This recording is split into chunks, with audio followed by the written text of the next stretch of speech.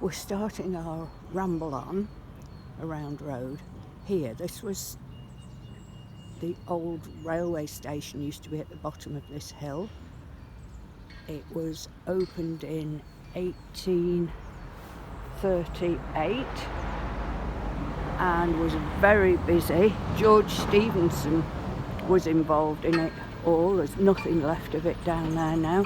We can see here the old station master's house. We'll just peep and take a closer look. There we are, there's the plaque. And across here there was a row of little terraced cottages. They've all gone now for the workers on the railway. And apparently, I think Neil Kinnock, who was the leader of the opposition, I don't think he ever made it to Prime Minister, Labour leader, his wife Glenys, who was herself a politician, she was born and lived in one of these cottages. Very busy road, this A508. The railway line actually split the village into two, and here was the site of the George Hotel that was thriving in the late Victorian days.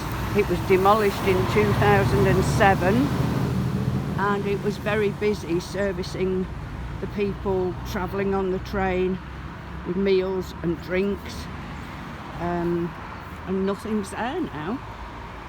So the station actually closed in 1964.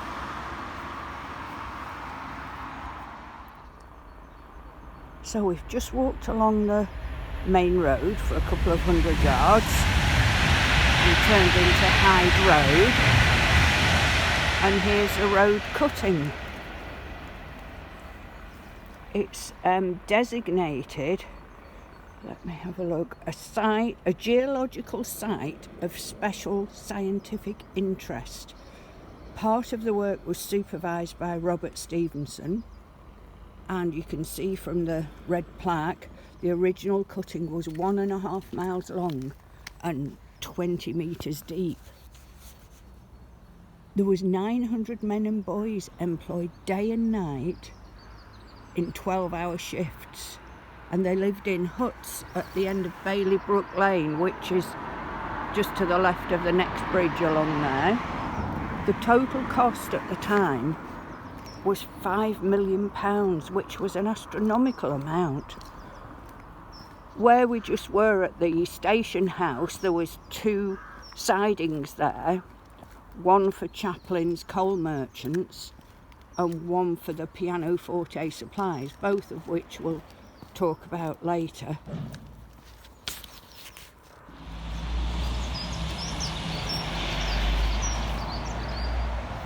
This is Hyde Road. Some of the oldest cottages in the village are here, and across there is now the GP surgery, but it used to be, back in the 1840s, a pub called the Fox and Hounds, and it was set up because there was extra demand from all the navvies working on the railway. In 1861, a young man called George Marriott died after a scuffle there.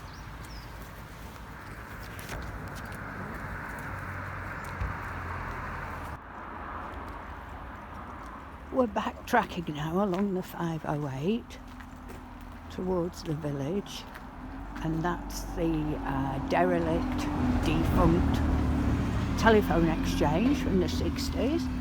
And then next door to it we've got the old police house.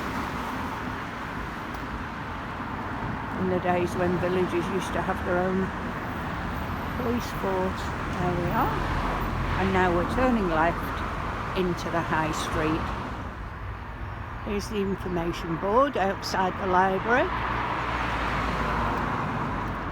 And the back of the telephone exchange that we've just seen. That leads down into the village. And over here we've got an assortment of old cottages. When we get lower down the hill, there's lots of thatched dwellings.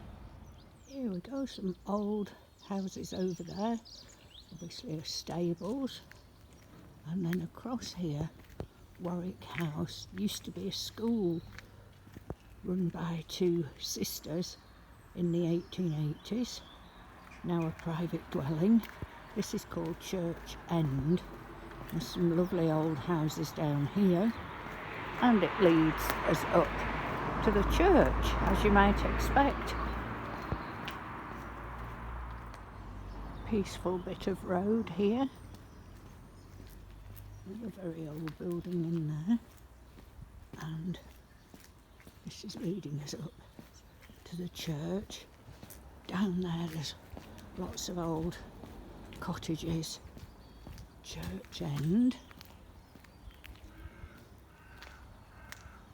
And here's the church, St Mary's. It's quite a small church really compared to some of the other villages round and about. 12th century, and Richard Wake, who's one of the local, well, it's the family that are the local landowners. He was buried in there in, find the notes, 1558. There's a tomb in the chancel, and his two wives are in there with him.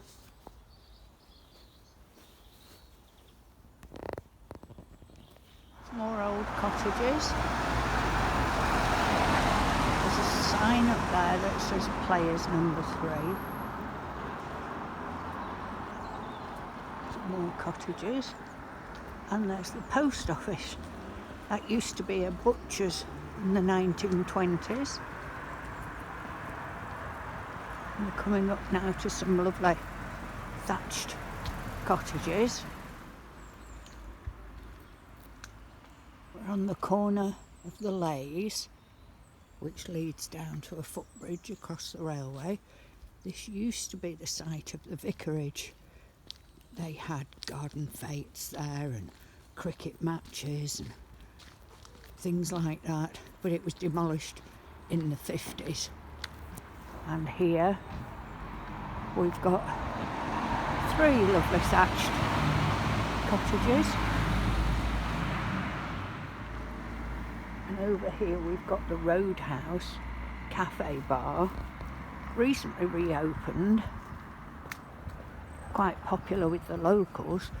It was originally the White Hart pub that was very popular in the 17th and 18th century, and then it was derelict in the 1970s and was reopened as a restaurant. And then through here, just opposite, we've got the old Baptist chapel.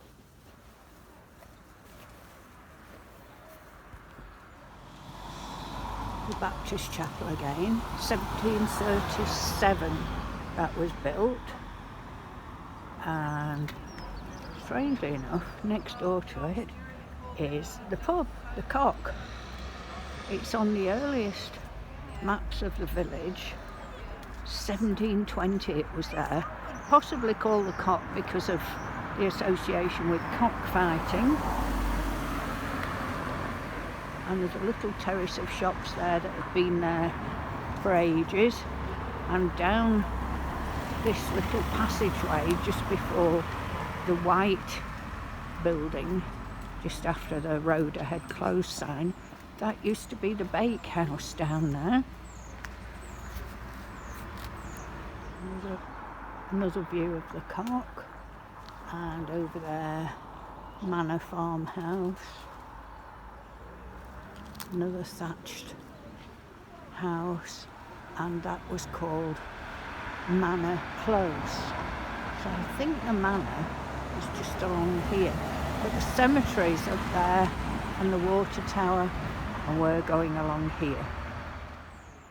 Here's the Manor House, looking splendid, and across the road is the Methodist church, which was built in 1908. A better view of the Methodist church, with the sun in a different position. And along here we've got the primary school, which was built in 1876, still functioning today, and we can see the little signs over the door that says boys and infants.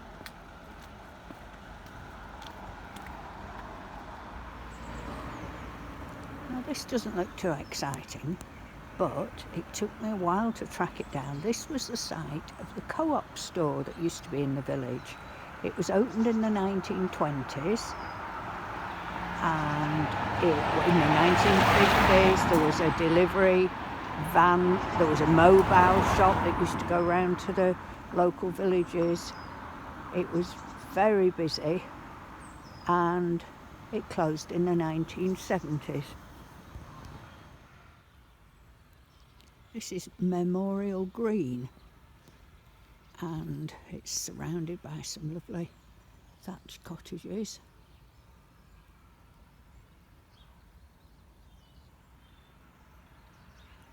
Nice and peaceful. There's the memorial to the young men that died from the village in both wars, and there's a special one here that's to members of the Canadian Air Force. Their plane came down in a thunder and lightning storm over Roade, just down there actually, and they were all killed, all 6 of them.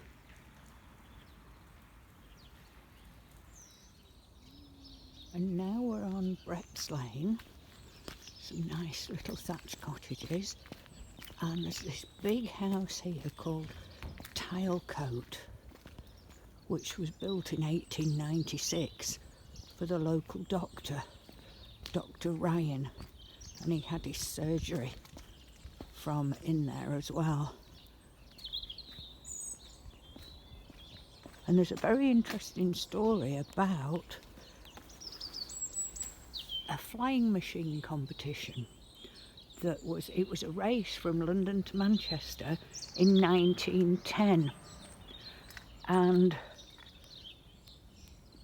there was a chap called Graham White who was forced to land at Roade just as nightfall came, and he landed in that field down there and stayed at this house, at Dr. Ryan's house.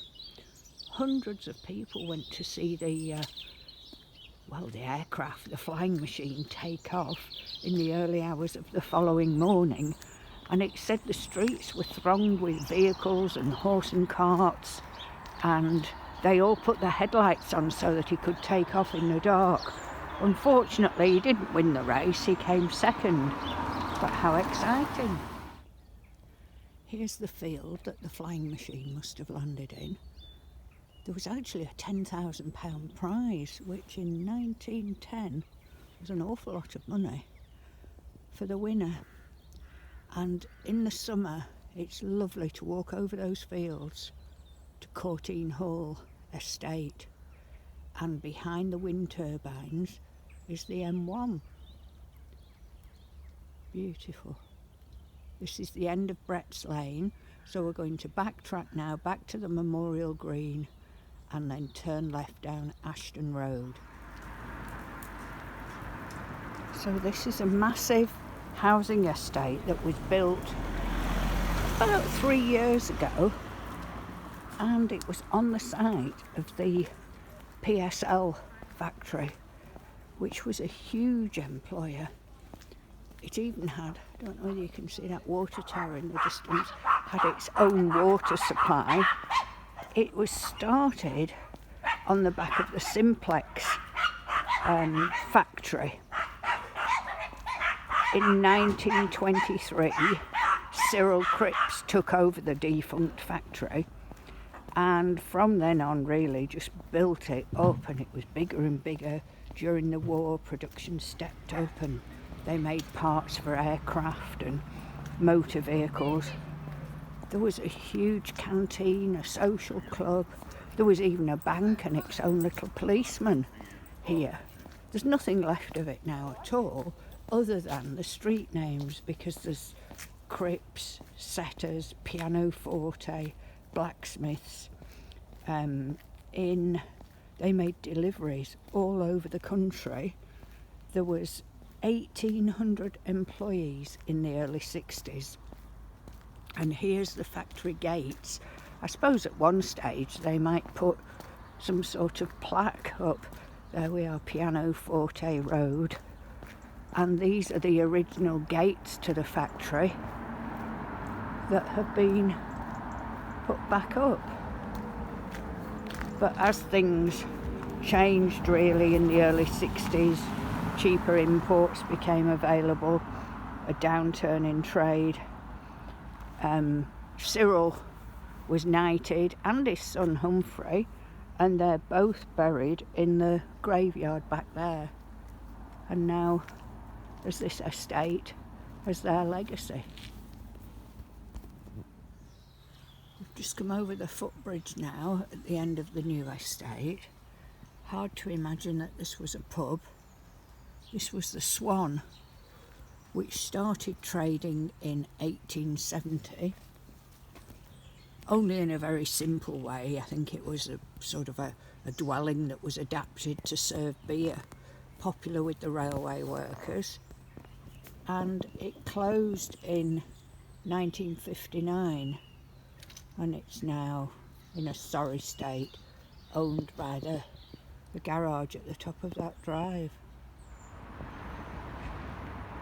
I often wondered why it was called Swan Lane, because there's obviously no swans round here, but it must be because of the old pub we've just seen. And just to the left there's Chaplin's Drive, and that's named after, there was a haulage company, well, they were coal merchants to start with, called the Chaplins, and then they became hauliers. And then you've got Sturgis Road off that, and the Sturgis family ran the quarry, and farther down you've got Quarry Road. So street names are always a good clue. That's the way back down to the footbridge and the Swan. The quarry was used for disposal of waste substances from the PSL factory, and it's now all fenced off with danger and keep out notices. And here we have the big BP garage on the main road. There's been a garage here for over 100 years, which was a sort of a wooden shack originally, called Martin's Garage, selling paraffin and bits of old motorbikes and things. And then farther down there, that's the road main garage, which is where we started our walk, ramble, at the other side of the road. So we'll sign off for now. Hope you've enjoyed it.